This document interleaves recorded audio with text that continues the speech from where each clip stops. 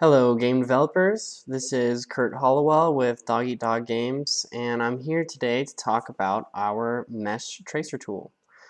So let me just go ahead and open that up. Here we are in Unity. And what the MeshTracer tool does is it allows you to add 3D effects on top of, it allows you to add particle effects on top of any 3D model. You might be watching this video because you already bought the tool, or maybe you're just interested in what it can do before you make the purchase. So in this tutorial I'm going to go over 3 of the basic scripts that we use in the tool and how to use them. So when you open up the MeshTracer tool, you might have an empty scene like this and a couple folders here. Everything from the tool is under this MeshTracer directory. You'll see these other 2 directories. Those are just things that we imported for some of the demos. There's a standard assets package from Unity and Sky 5, which is just some skyboxes. You also see some documentation right here in the main folder, and that's a good place to start looking to get more familiar with the tool. But I'm going to go ahead and just dig right in here, open up the MeshTracer directory, and here you can see how everything's organized, and under the examples directory you'll see the 5 examples that come default with the tool. So I'm just going to go ahead and go into this random example, and like I was saying, the mesh, here's a bunch of meshes that I brought in, a lot of basic objects and spheres and stuff, and what the tool will do is take in the data like these vertice points and the triangles and edges between all the lines, and then overlay some particle systems and lines on top of them to get some cool effects like these. Let me show you. If I go ahead and play here.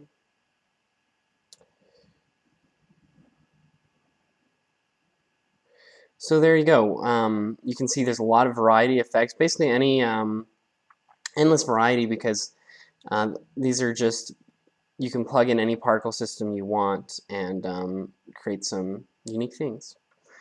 So I chose this scene because it has a lot of different stuff going on, so we can kind of go through each one and talk about how they got made.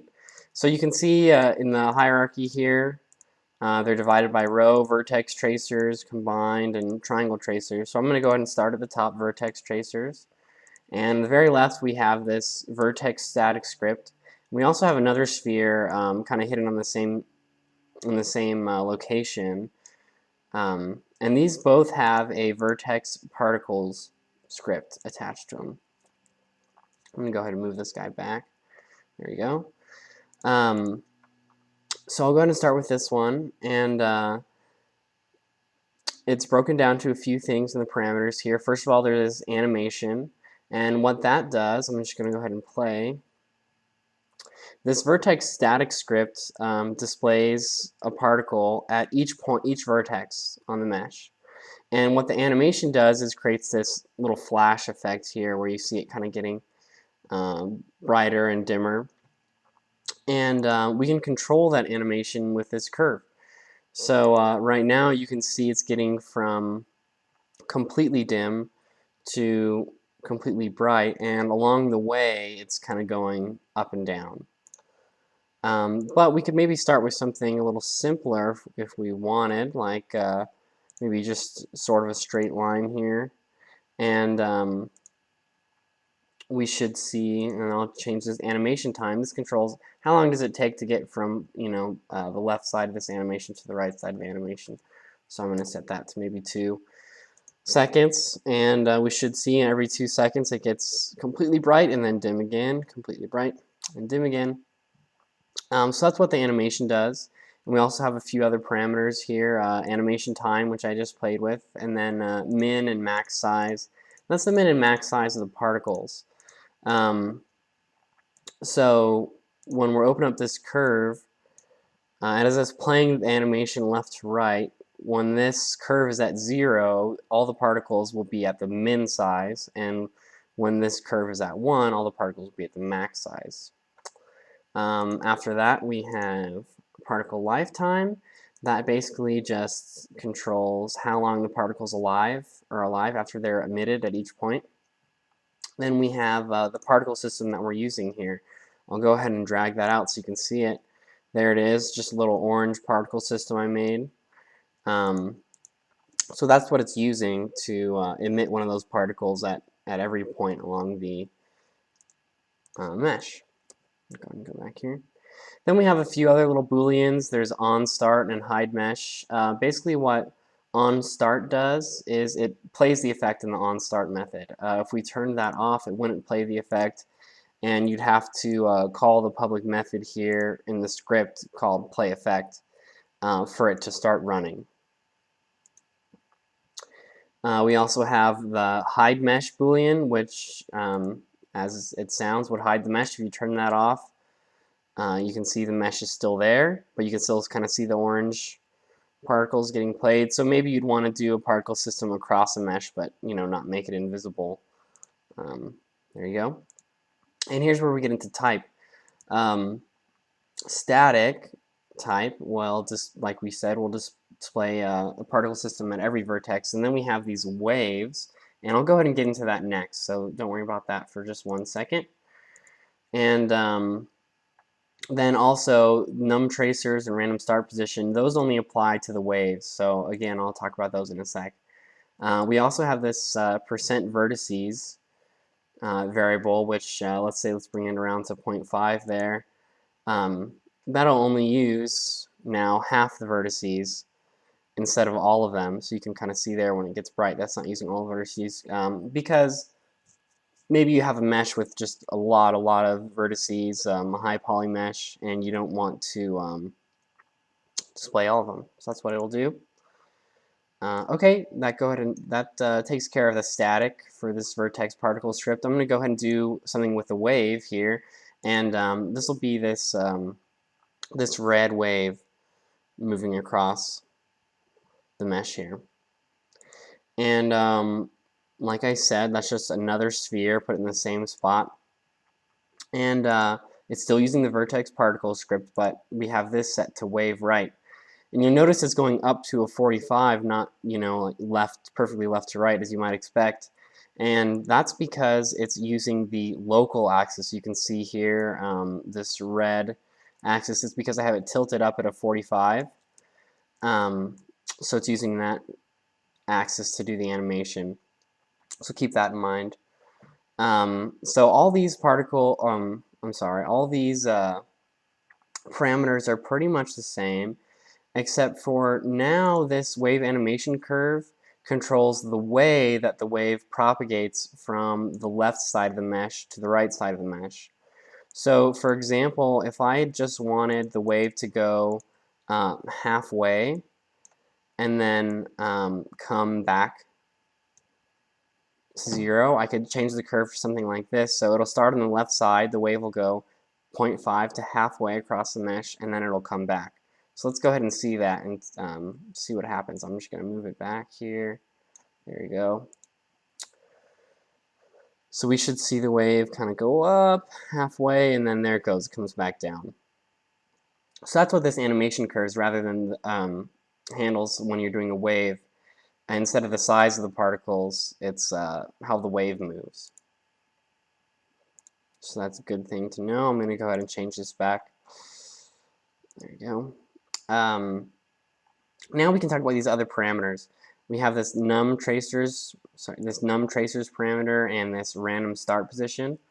The num tracers is basically, in this case, the number of waves. So if I set this to 2, then we'll see we have 2 waves moving across instead of just 1.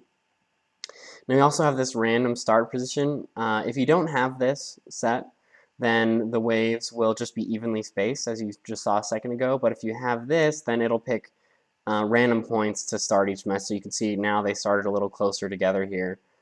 It'll just be random. Alright, so that does it for the vertex particle script. We have the static, which displays points at every point along the mesh, and the wave. And you notice that the wave was red, and that's just because I'm using a different particle system. I'm using this little red particle system here instead of that yellow one, or orange. So now I'm going to go into the vertex tracers.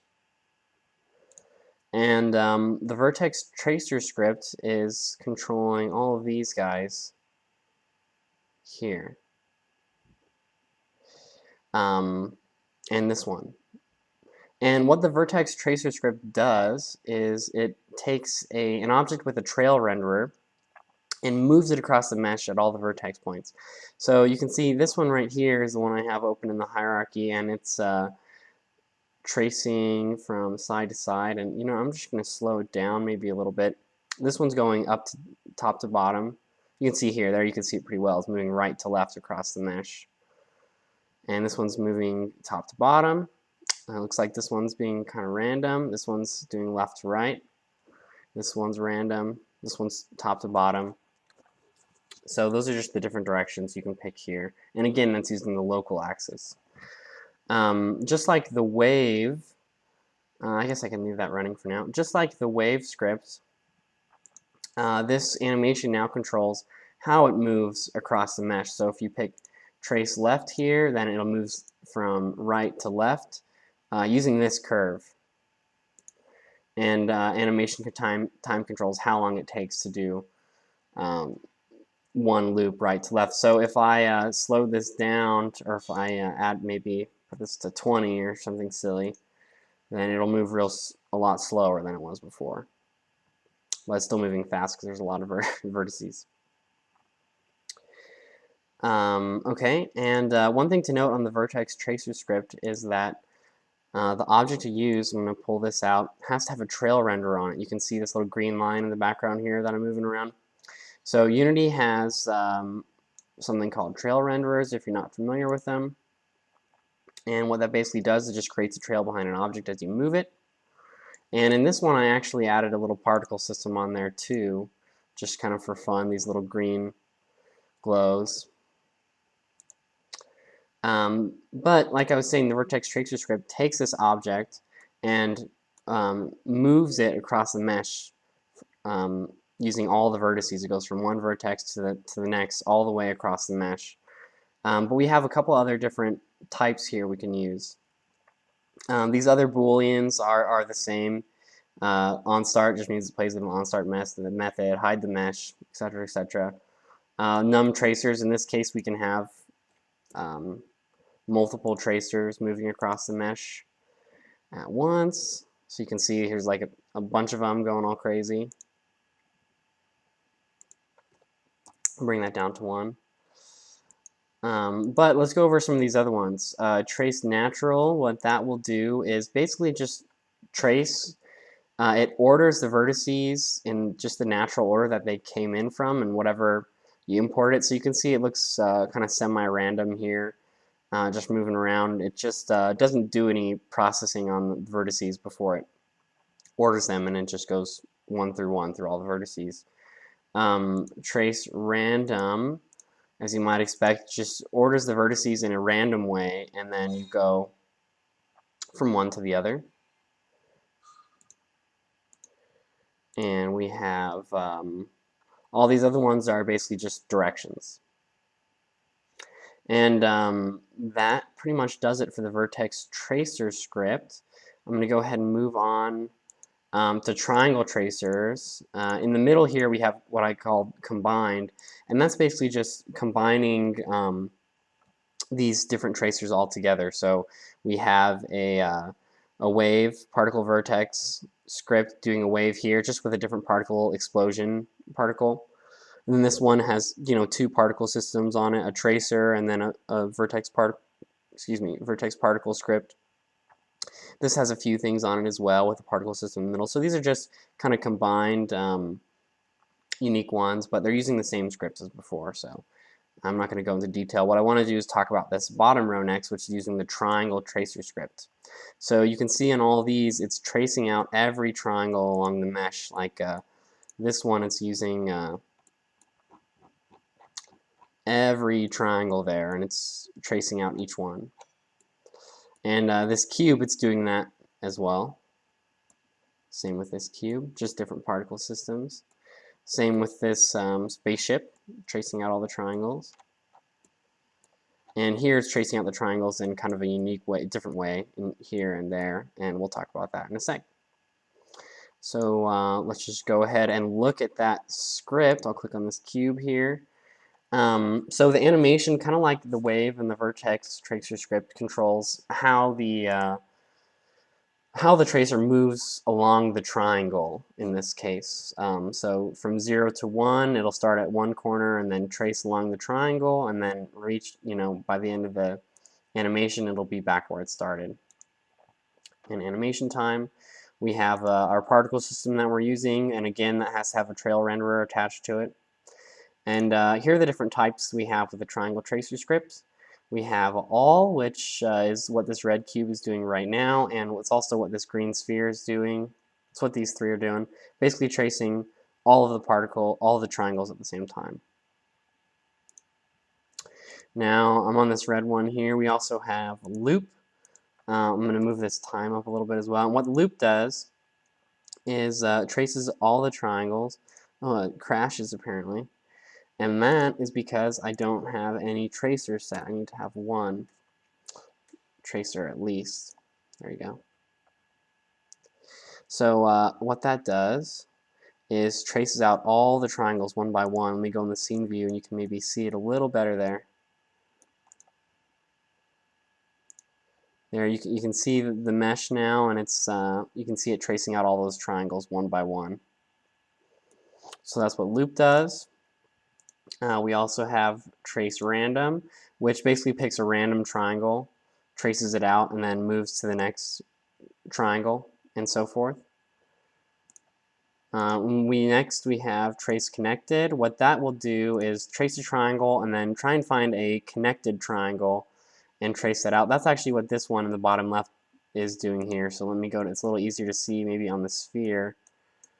So you can see a different angle of it. It's kind of tracing out the triangles and then finding ones that are close by, and kind of just moves around. And then we have disco, which this one is doing disco. So let me go ahead and play that so you can see what that's doing. Right here, this blue effect, that is picking, in this case, I have 25 tracers, so it's picking 25 triangles on the mesh at once, tracing them out, and then moving to 25 new triangles and tracing them out. So in this case, the animation time, you can see 0.3 is pretty quick here. It's only 0.3 seconds, and then moves on to the next one. And this script right above it is using that disco triangle tracer effect as well. It just has a particle system attached to it. Alrighty, and again, all these other parameters are pretty much the same that you've seen before. This one does have a debug, so if we wanted, we could look at it in the scene view, and you can see exactly what triangles are being traced out if you have that debug selected on. So there's one other thing I want to talk about that's happening on this triangle tracer disco effect. And so what I'm going to do is just hit pause here. Let me show you this trail that's being used. Again, you can see there's a little trail renderer attached to the object. But in Unity, if I have this trail renderer, if I disable the trail renderer, move that object to a new point, and then enable the trail renderer, you can see it drew a line from the point where I disabled it, moved it, and then enabled it. You can see it drew that line in the middle. And for this one, I didn't want that to happen. I wanted it because I'm drawing out all the triangles, and then I disable all the particle systems, move them, and then enable them. I didn't want that line in the middle. So we have this trail renderer helper script, and that's what does that. That basically makes it so that it doesn't use this line in the middle. So if I turn this off, and I'll apply that to the prefab, then you should see when these triangles move, you'll get that line in the middle. So it's up to you if you want that effect or not. But I thought that's something I should point out. If you make one of these disco effects from scratch and you get this effect, you can see why it's happening there. Just pull out the particle system you're using and attach that trail renderer helper script to it. So that's it. I hope you liked it. There's a little wide variety of all the different effects that you can get. I'm already gone along probably long enough for this tutorial. At the end, maybe I'll give you a little teaser for one of the other tutorials that I'll do, which is with the edge tracer. So this also comes included with the package here. What the edge tracer does is it takes these lines and replaces them with curves.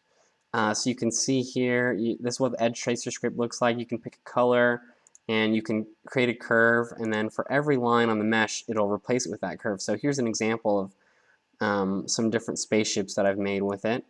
And then you can see some cubes in action here if I play the scene. And they actually have a little animation on them so you can see it drawing in the lines one by one.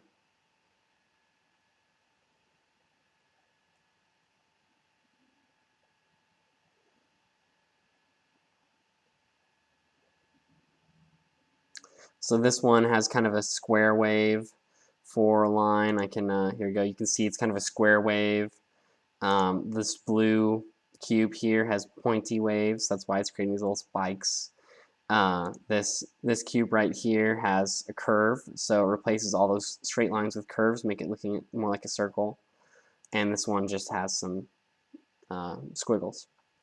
So there you go. I'll go over that tool and what else, some of these other scenes in another tutorial. I hope you had fun and hope you enjoy the tool. Please feel free to check out our website, www.dogeatdoggames.com. Under Tools, here's the MeshTracer tool, and we have some others coming soon.